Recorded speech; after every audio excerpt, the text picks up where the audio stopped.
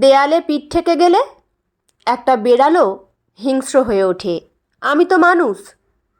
অভি অবশ্য আমার হঠাৎ আক্রমণে একটুও ঘাবড়ালো না, বরং খুবই অবহেলায় আমাকে ঠেলে সরিয়ে দিল। আমি আবার ওর জামার কলার খিমচে ধরলাম। আমার হাত ছাড়িয়ে নিল অভি। অদ্ভুত দৃষ্টিতে আমার দিকে তাকিয়ে বলল, তোমার মাথা খারাপ হয়ে যাচ্ছে, তুমি অসুস্থ। আমি অসুস্থ নাকি তুমি? ঘরে বউ বাচ্চা ফেলে রেখে যা করে বেড়াচ্ছ, কোনো সুস্থ মানুষ এমন করতে পারে না। কি করে বেড়াচ্ছি? আমি সুজাতাকে ভালোবাসি, সেও বাসে। আমরা এক হতে চাই। এতে যদি আমাদের সোকল্ড ঘর ভাঙে, আই ডোন্ট কেয়ার। বাঘিনীর মতো অভির ওপর ঝাঁপিয়ে পড়লাম আমি। উন্মাদের মতো চেঁচাতে লাগলাম, আমাদের এতদিনের সংসার তোমার কাছে সোকল্ড ঘর হয়ে গেল? ইতর বদমাস, ছেলেটার কথাও একবারও ভাবলে না? খুন করে ফেলবো তোমাকে আমি। পাগলের মতো আঁচড়ে খিমচে দিচ্ছিলাম আমি অভিকে। ও আমাকে ঠেলে ফেলে দিল। ঠান্ডা গলায় কেটে কেটে বলল, আর একবারও যদি গায়ে হাত দিয়েছ, দেখবে আমিও কি করতে পারি। এবারে আকুল হয়ে অভিকে জড়িয়ে ধরতে গেলাম। কেন আমাকে ছেড়ে যেতে চাইছো অভি? আমাদের এতদিনের ভালোবাসাকে কি করে অস্বীকার করছো? আমাদের সম্পর্কটাই ভুল ছিল। এই ভুল সম্পর্ক আর বয়ে বেড়ানোর কোনো কারণ দেখতে পাচ্ছি না। অভি নির্বিকার। ভুল সম্পর্ক? এখন তো ভুল মনে হবেই। অন্য কাউকে পেয়ে গেছো যে। নোংরা লম্পট কোথাকার। নিষ্ঠুর ভঙ্গিতে হাসল অভি। তারপর বলল, তোমার যদি তাই মনে হয় তবে তাই। বেরিয়ে গেল অভি। অন্ধ আক্রোশে আমি হাতের কাছে যা পেলাম ছুঁড়ে ছুঁড়ে ফেলতে থাকলাম। আমারই শখ করে কেনা পোর্সিলিনের ফুলদানি, দেয়ালে বাঁধানো ওয়েল পেন্টিং, সোফার কুশন, বিষ্ণুপুর থেকে কেনা টেরাকোটার মূর্তি সব মেঝেতে ছড়িয়ে ছিটিয়ে গেল। এত আওয়াজে কখন ঘুম ভেঙে দরজায় এসে দাঁড়িয়েছে আমার 8 বছরের ছেলে পাপাই। হুঁশ ফিরল যখন ভয়ার্ত পাপাই ছুটে এসে জড়িয়ে ধরল আমাকে। কি হয়েছে মা? কি হয়েছে তোমার? বলতে বলতে কেঁদে ফেলল সে ভয়ে। ওকে জড়িয়ে ধরে হু হু করে কান্নায় ভেঙে পড়লাম আমি। সব শেষ হয়ে গেল। মেঝেতে ভেঙে ছত্রাখান হয়ে থাকা আমার শখের জিনিসগুলোর প্রতিটি টুকরো যেন বিদ্রূপ করছিল আমায়। এতদিনের তিল তিল করে সাজানো সংসারকেই নিজের চোখের সামনে ভেঙে টুকরো টুকরো হয়ে পড়ে থাকতে দেখছিলাম।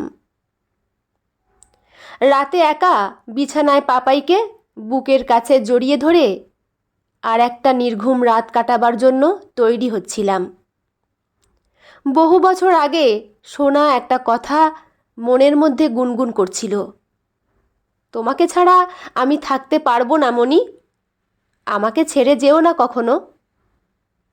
কি অসহায় আরতি ছিল অভির দুটো চোখে এই কথাটা বলার সময়।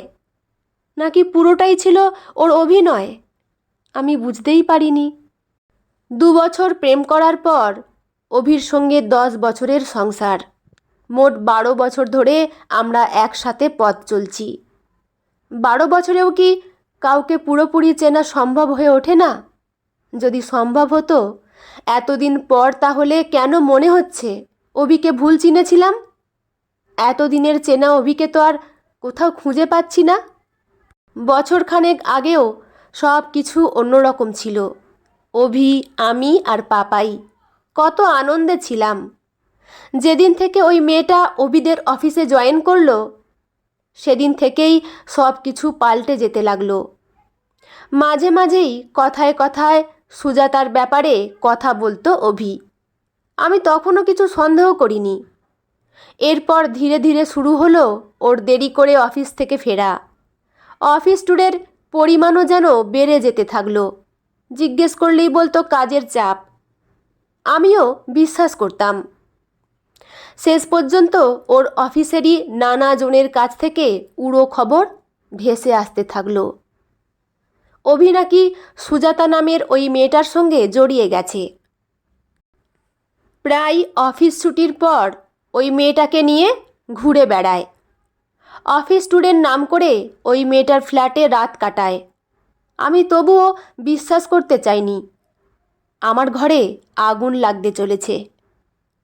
একদিন হাতে নাতে ধরলাম অভিকে, কিন্তু আশ্চর্য, ধরা পড়ার পর একটুও লজ্জা হলো না ওর, বরং সাহস বেড়ে গেল। আগে লুকিয়ে লুকিয়ে মেয়েটার কাছে যেত, এখন সব কিছু করে আমাকে দেখিয়ে দেখিয়ে। কোনো অনুতাপ নেই ওর মধ্যে। যার অনুতাপ নেই সে কখনো শোধরায় না। লজ্জায় অপমানে নিজেকে ঘরের মধ্যে বন্দি করে নিলাম। মা বাবাকেও কিচ্ছুটি বলতে পারলাম না। মেয়ের সংসার ভাঙার খবর তাদের কি ভয়ানক কষ্ট দেবে সে তো জানতাম। পাড়া প্রতিবেশী সকল পরিচিতদের কাছ থেকে সন্তর্পণে লুকিয়ে রাখতে চাইলাম ঘরে আগুন লাগার খবর। কিন্তু সেই আগুন মনে মনে আমাকে জ্বালিয়ে পুড়িয়ে খাক করে দিচ্ছিল। অসহ্য যন্ত্রণায় ছটফট করতে করতেও আশা ছিল অভিকে ফিরিয়ে আনব। আমার সব চেষ্টা ব্যর্থ করে দিয়ে অভি প্রমাণ করে দিল সে আর কখনো ফিরবে না। আজ তো বলেই দিল আমাদের সম্পর্কটাই নাকি ভুল ছিল। এখন সে মুক্তি চায় এই সম্পর্কের দায় থেকে। কিন্তু আমি কিছুতেই তাকে ডিভোর্স দেব না। এত সহজে ওকে ছেড়ে দেব না। একটা উচিত শিক্ষা দেব। কিন্তু কি করলে অভিকে সবচেয়ে বড় শিক্ষা দেয়া যাবে? আহত বাঘিনীর মতো অন্ধকারে আমার নির্ঘুম দুচোখ প্রতিশোধ স্পৃহায় জ্বলতে থাকে। হঠাৎ মাথায় এক বুদ্ধি খেলে যায়। হাতের কাছেই এত সহজ পথ ছিল, এতদিন খেয়ালই হয়নি। উঠে বসলাম বিছানা ছেড়ে। একটা কাগজে বড় বড় করে লিখলাম, আমার মৃত্যুর জন্য দায়ী আমার স্বামী। বিবাহ বহির্ভূত সম্পর্কের জেরে এমন মানসিক যন্ত্রণা সে দিচ্ছিল আমায়, সহ্য করতে না পেরে মৃত্যুকেই বেছে নিলাম। কাগজটা ভাঁজ করে ড্রেসিং টেবিলের ড্রয়ারে রেখে দিলাম। মনে মনে প্রার্থনা করলাম এই সুইসাইড নোটটা যেন পুলিশের হাতেই পড়ে প্রথমে। মনে একটা অদ্ভুত বিজাতীয় আনন্দ হচ্ছে।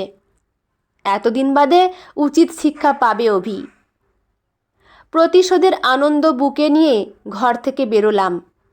ছাদে ওঠার সিঁড়ি দিয়ে উঠে এলাম ওপরে। ন্যাড়া ছাদে দাঁড়িয়ে নিচে রাস্তার দিকে তাকিয়ে আনন্দ বেড়ে গেল। এখান থেকে একবার লাফিয়ে পড়লেই মাথাটা ছাতু হয়ে যাবে। তারপরেই মুক্তি এই অসহ্য যন্ত্রণা থেকে। কিন্তু অভি মুক্তি পাবে না। সারা জীবন অপরাধের দায় তাকে বয়ে বেড়াতে হবে। ছাদের একেবারে কিনারে গিয়ে দাঁড়ালাম। চোখ বন্ধ করে ঝাঁপ দেওয়ার প্রস্তুতি নিলাম। মা! চমকে ফিরে তাকালাম। পাপাই কখন উঠে এসেছে। কি করছো তুমি? ভয় করছে আমার। আমাকে একা রেখে এসেছো কেন? ও মা! পাপাই ভয়ার্ত চোখে তাকিয়ে আছে। চমকে উঠলাম। শিরদাঁড়া দিয়ে এক ঠান্ডা স্রোত নেমে গেল যেন। এ কি করতে যাচ্ছিলাম? অন্ধ আক্রোশে পাপাইকে ভুলেই গিয়েছিলাম। মনেই ছিল না আমার কিছু হয়ে গেলে আমার পাপাইটার কি হবে। পাপাইয়ের যে আমি ছাড়া আর কেউ নেই। ছুটে গিয়ে পাপাইকে কোলে তুলে নিলাম। আমার মরে যাওয়ার কারণ থেকেও যে অনেক বেশি জোরালো আমার বেঁচে থাকার কারণ, সেটা ভুলেই গেছিলাম। পাপাই আমার বেঁচে থাকার কারণ। আজ থেকে পাপাইকে নিয়েই বেঁচে থাকব। তাড়াতাড়ি নিচে নেমে অভির উদ্দেশ্যে একটা চিঠি লিখলাম। চললাম পাপাইকে নিয়ে। তোমার কি দুর্দশা করব ভাবতেই পারছো না। তোমার বিরুদ্ধে কি মামলা সাজাবো দেখে নিও। ডিভোর্সের পর অ্যালিমনি হিসেবে কত টাকা চাইবো এখন থেকেই ভাবছি। পাপাইয়ের ভবিষ্যৎ নিরাপত্তা নিয়ে কথা। এখন যা আনন্দ করার করে নাও। কি ভয়ঙ্কর ভবিষ্যৎ ঘনিয়ে আসছে তোমার আর সুজাতার জীবনে ভাবতেই পারছো না। সব শান্তি নষ্ট করে দেব। তোমাদের রাতের ঘুম কেড়ে নেব আমি। চিঠিটা লিখে রেখে পাপাইয়ের হাত ধরে বেরিয়ে এলাম। আপাতত মা বাবার কাছে উঠব, তারপর ভেবে দেখব কি করা যায়। ভোর হচ্ছে সবে। নতুন সূর্য রাঙিয়ে দিচ্ছে আকাশ। সেই আকাশ এখন ডাকছে আমাকে। পাপাইয়ের হাত ধরে এগিয়ে গেলাম। যাদবপুরের চারুলতা আবাসনের সামনে দাঁড়িয়ে মাকে ফোন করলাম। গেটের তালা এখনও খোলেনি। এই ভোরে সেটাই স্বাভাবিক। একটু বাদেই ঘুম ভাঙা গলায় উদ্বেগ মিশিয়ে মা ওপাশ থেকে বলল, কি হয়েছে মণি? এত ভোরে ফোন করেছিস কেন? গেটটা খোলার ব্যবস্থা করো মা, আমি দাঁড়িয়ে আছি রাস্তায়। কথাটা বলতেই হাউ হাউ করে উঠল মা। তুই এত সকালে এখানে কেন? কি হয়েছে? আগে গেটটা খোলো, আমাকে ঘরে ঢুকতে দাও, তারপর বলছি, শান্ত গলায় বললাম। নিজেই আশ্চর্য হচ্ছি, এত শান্ত হয়ে কথা বলছি কি করে। এতদিন অভিকে হারানোর যন্ত্রণায় এক মুহূর্তের জন্য শান্তিতে থাকতে পারিনি, কিন্তু আজ আমার মনে কোনো যন্ত্রণা নেই।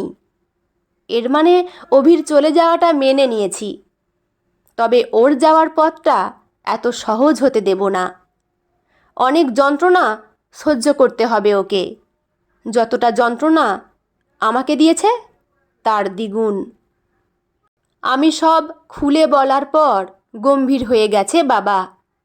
মা চিৎকার করেই যাচ্ছে, এটা তুই কি করলি?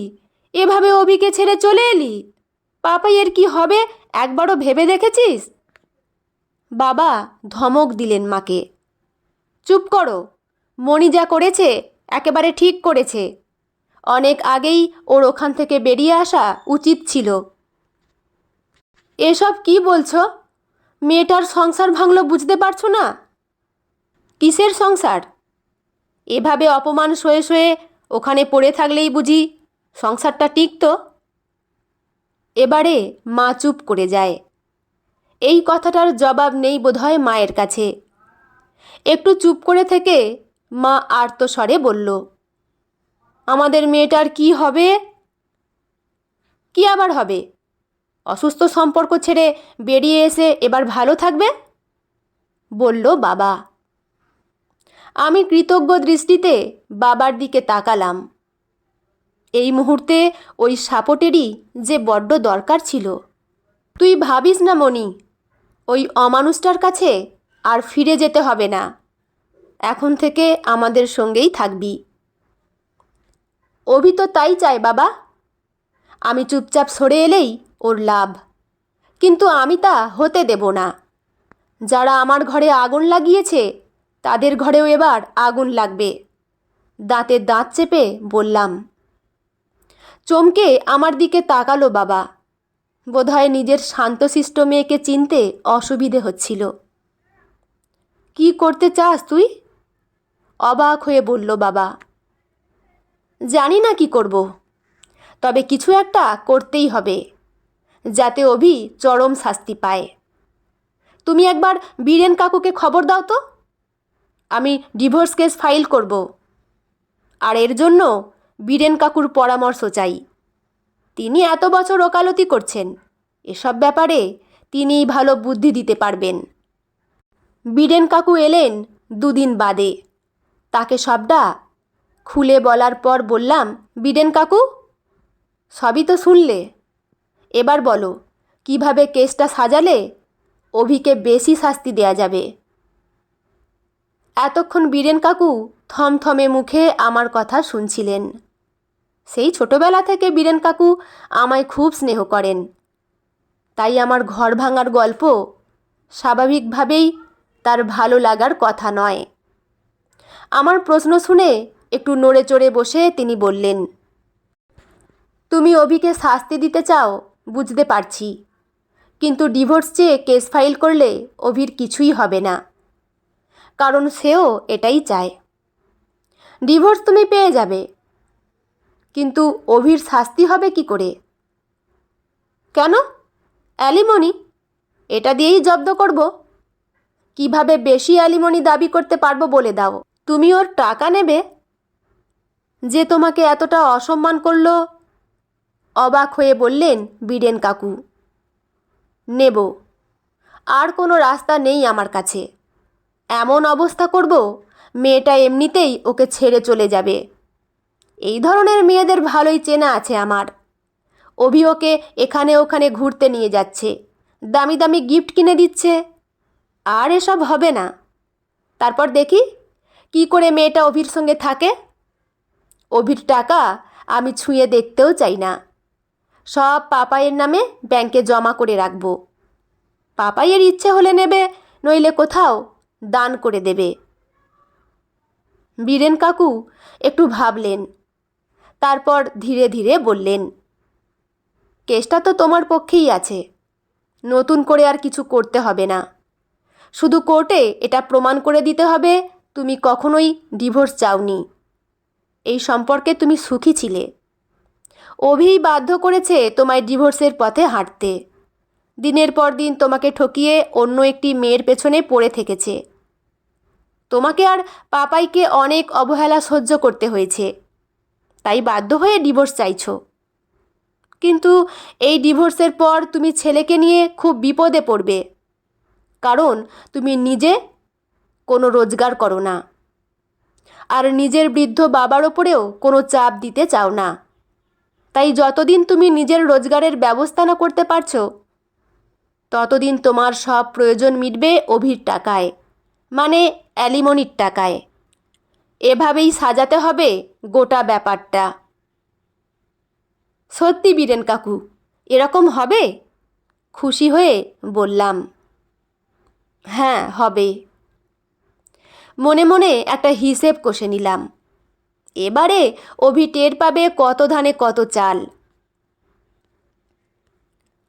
আদালতে দাঁড়িয়ে অভি উদ্ভ্রান্তের মতো চেঁচাচ্ছে, এত টাকা দিতে পারবো না। আমি নিজে নতুন সংসার শুরু করতে চলেছি, আমার দিকটাও তো বিবেচনা করা হোক। আমার আনন্দ হচ্ছে, দারুণ আনন্দ। ঠিক এরকমই কিছু একটা দেখতে চেয়েছিলাম।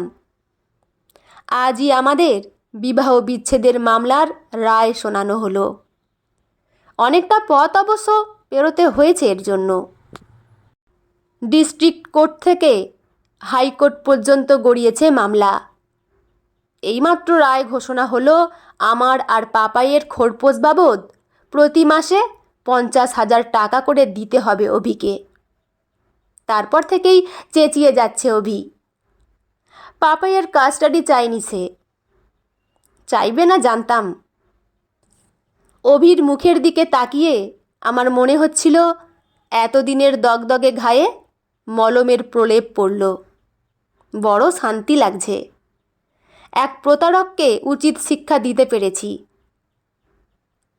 আদালত থেকে বেরোচ্ছি, পথ আটকে দাঁড়ালো অভি। ওর দু চোখ জ্বলছে রাগে। দাঁতে দাঁত চেপে বলল, তুমি এত লোভী আর মিথ্যাবাদী জানতাম না।